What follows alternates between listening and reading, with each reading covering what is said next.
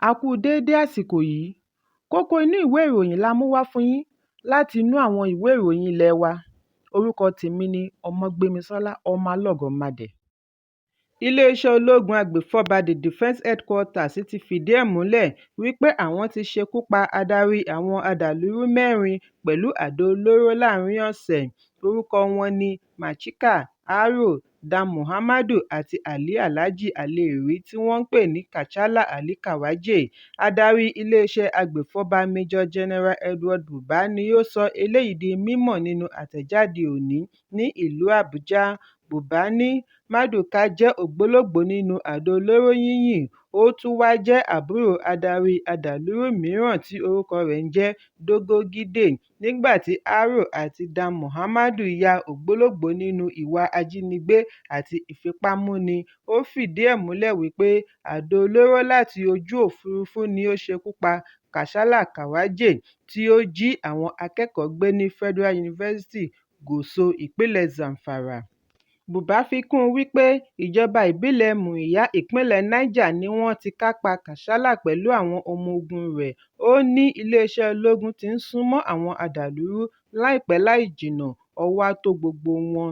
Adarí ológun ní ìkọlù tí wọ́n ṣe sí àwọn adàlúrú yọrí sí ikú 38.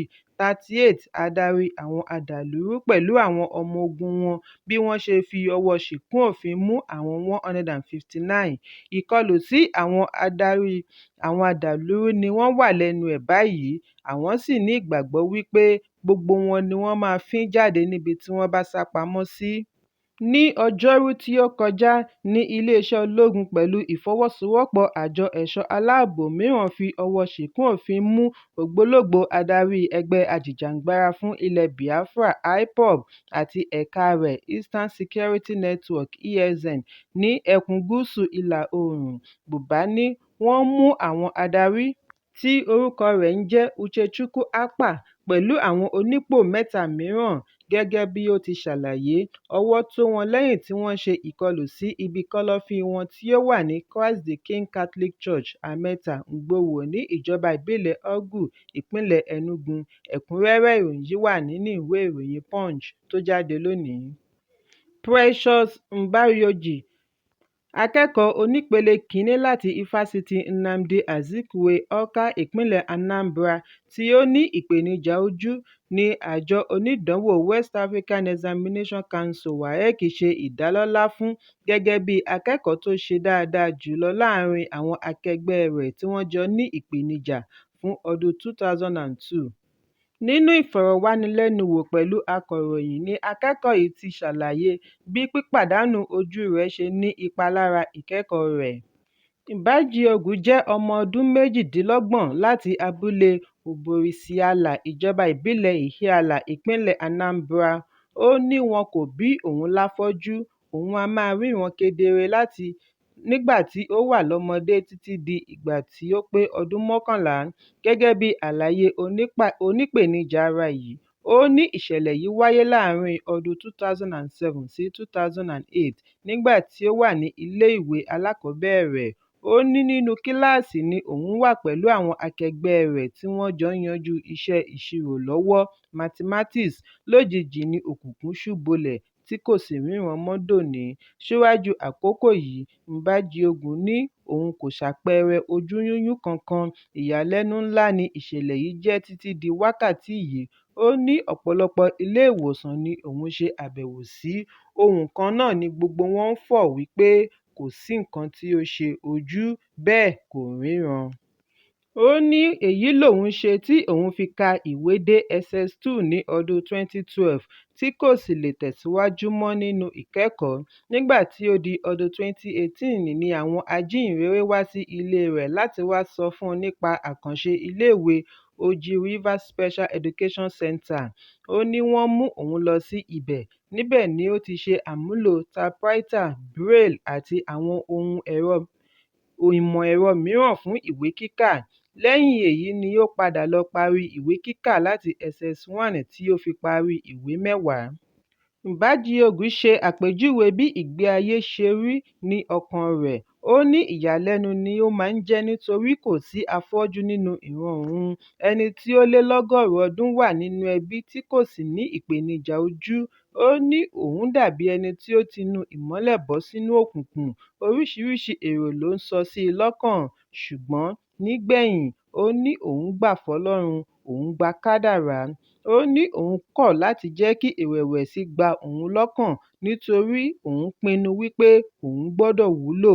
Láti ìgbà náà ni òun ti fi ń kọrin sí ara rẹ̀ létí wípé òun máa wúlò lágbára Ọlọ́run.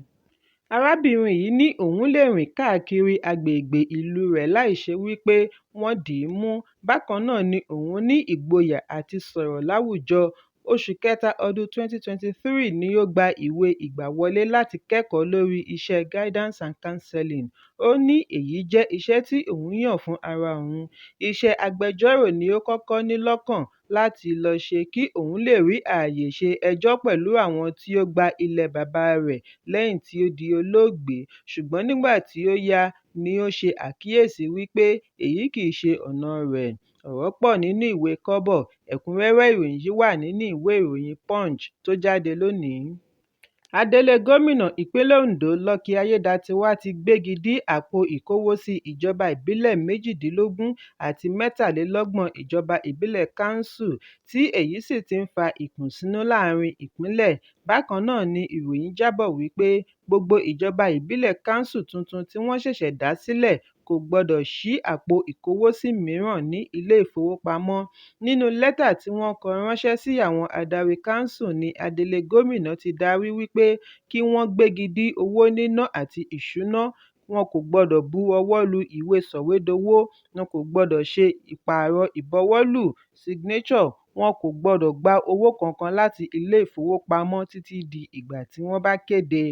Ọ̀kan lára àwọn adelé alága káńsù tí kò fẹ́ dárúkọ ara rẹ̀ sọ fún akọ̀ròyìn wípé ìgbésẹ̀ yìí kò tẹ́ wọn lọ́rùn.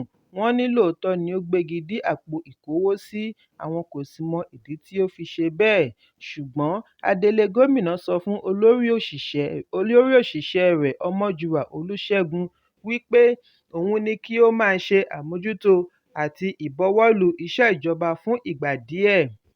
Nínú lẹ́tà tí Ọmọjúwà kọ sí àwọn ọmọ ẹgbẹ́ ìgbìmọ̀ ìjọba àti àwọn lọ́gàálọ́gàá lẹ́nu iṣẹ́ ìjọba ni ó ti ṣàlàyé wípé adelé gómìnà ti fún òun ní ìtọ́ni láti ṣe àmójútó gbogbo ìbọwọ́lù ìwé iṣẹ́ ìjọba fún ìgbà díẹ̀. Ó fi kún un wípé olórí òṣìṣẹ́ pátápátá yóò gba ipò ní kété tí ó bá padà dé láti ìrìnàjò ìlera. Ẹ̀kúnrẹ́rẹ́ ìròyìn yìí wà nínú ìwé ìròyìn Vanguard tó jáde lónìí. Gómìnà ìpínlẹ̀ Rivers Sim Fubara ti mú orin kọ pẹ̀lú òṣèré olórin tí ó ránṣẹ́ sí kí ó wá forin dá wọn lára yá pẹ̀lú bí rògbòdìyàn ṣe ń lọ ní ìpínlẹ̀. Olórin yìí bẹ̀rẹ̀ orin ní kété tí gómìnà parí ọ̀rọ̀ ìṣíde kíkọ́ ojúlé 20,000 housing units ní agbègbè Ìkwéré. Orin tí òṣèré yìí mú bọ ẹnu ni "Dey your day, make I dey my day, nobody worry nobody", tí gbogbo èrò tó wà níbẹ̀ sì ń yayọ̀ pẹ̀lú inú dídùn. Ìgbésẹ̀ orin kíkọ yìí ń wáyé láàrin rògbòdìyàn òṣèlú tó ń lọ lọ́wọ́ láàrin ìpínlẹ̀. Bí a kò bá gbàgbé wípé olórin tí ó máa ń kọrin fún aṣíwájú Fubara Nyesom Wike nígbà tí ó ṣì wà gẹ́gẹ́ bí gómìnà ìpínlẹ̀ Rivers, Bámidélé Àbíyè Adek tí gbogbo ènìyàn mọ̀ sí Sensational Bámidélé pẹ̀lú ìlúmọ̀ọ́ká orin "As e dey pain dem, e dey sweet us".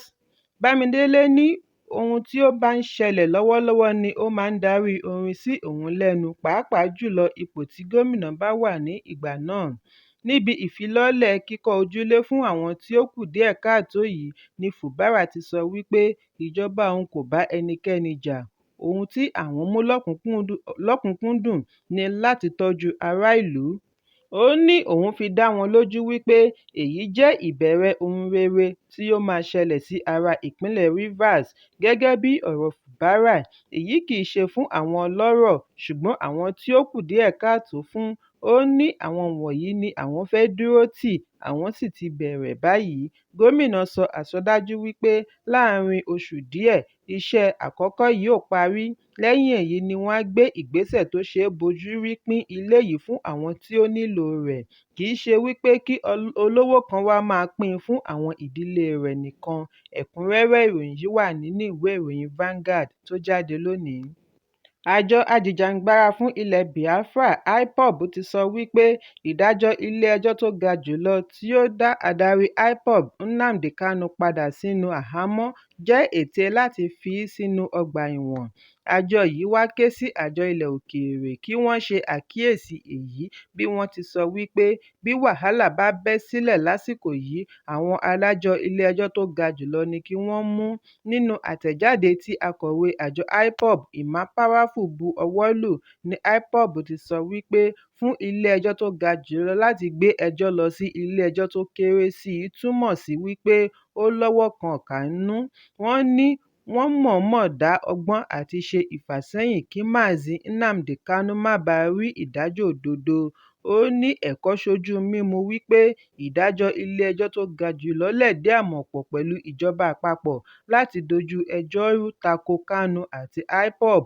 Bákan náà ni ẹgbẹ́ yìí fi ẹ̀sùn kan Ààrẹ Bọ́lá Tinubu wípé ó ń gbé ìgbésẹ̀ tako àwọn ará ilẹ̀ Ìgbò. Ẹ̀kúnrẹ́rẹ́ ìròyìn yìí wà nínú ìwé ìròyìn Daily Post tó jáde lónìí.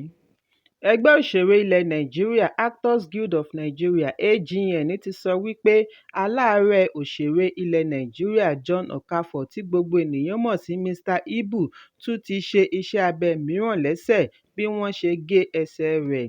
Ní báyìí agídí ló fi ń sọ̀rọ̀ bí wọ́n ṣe ń pè fún àtìlẹ́yìn àdúrà àti ìrànlọ́wọ́ fún òṣèré yìí.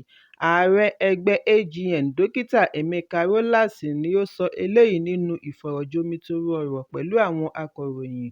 Ó ní ẹgbẹ́ ń bójútó bí ọ̀rọ̀ ṣe ń lọ pẹ̀lú Mr Ibu bẹ́ẹ̀ gẹ́gẹ́ bí ọ̀rọ̀ lórí àárẹ̀ òṣèré mìíràn tí orúkọ rẹ̀ ń jẹ́ Amaechi Muonagor náà ṣe mú wọn lómi. Muonagor ti wà ní ilé ìwòsàn ìkọ́ṣẹ́mọṣẹ́ Nnamdi Azikiwe ní Nnewi, ìpínlẹ̀ Anambra láti bíi oṣù méjì sẹ́yìn. Wọ́n ní àárẹ̀ ọ̀hún túbọ̀ ń peléke sí i ní. Oṣù tí ó kọjá ní àwọn ẹbí Mr Ibu sọ wípé Mr Ibu ti ṣe oríṣiríṣi iṣẹ́ abẹ ṣùgbọ́n láti lè jẹ́ kí ó wà láàyè wọ́n gbọ́dọ̀ gé ọ̀kan nínú ẹsẹ̀ rẹ̀. Wọ́n ní wọ́n nílò kí wọ́n gbé rin ìrìn àjò lọ òkè òkun fún ìtọ́jú tó péye. Nígbà tí ó ń sọ̀rọ̀, ààrẹ AGN ní àwọn ti gbà fún Ọlọ́run lórí àwọn òṣèré méjèèjì nítorí lọ́wọ́lọ́wọ́ báyìí agídí ni Mr Ibu fi ń sọ̀rọ̀ lẹ́yìn tí wọ́n ti gé ẹsẹ̀ rẹ̀ mìíràn. Rollas ní ènìyàn á gbomi lójú bí ó bá rí Muonagor báyìí. Ó ní ẹsẹ̀ rẹ̀ méjèèjì ni ó ti yarọ. Ó wáá fi àsìkò yìí ké sí àwọn olólùfẹ́ wọn àti àwọn ẹlẹ́yinjú àánú ọmọ orílẹ̀-èdè láti ṣe àtìlẹ́yìn fún wọn.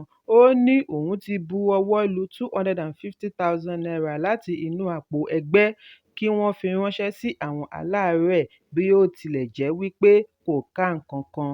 Ẹ̀kúnrẹ́rẹ́ ìròyìn yìí wà nínú ìwé ìròyìn Daily Post tó jáde lónìí. Kókó inú ìwé ìròyìn tòní kò ní jù báyìí lọ. Ẹ pàdé mi ní ọjọ́ Ajé Monday fún àkọ́tún. Kí a tó lọ, ẹ má ṣaláì fi àríwísí yín ránṣẹ́ ìyẹn comment kí ẹ sì bá wa subscribe sí ojúnà wa lórí YouTube kí Kókó Inú Ìwé Ìròyìn lè máa tẹ̀ yín lọ́wọ́ ní kíákíá.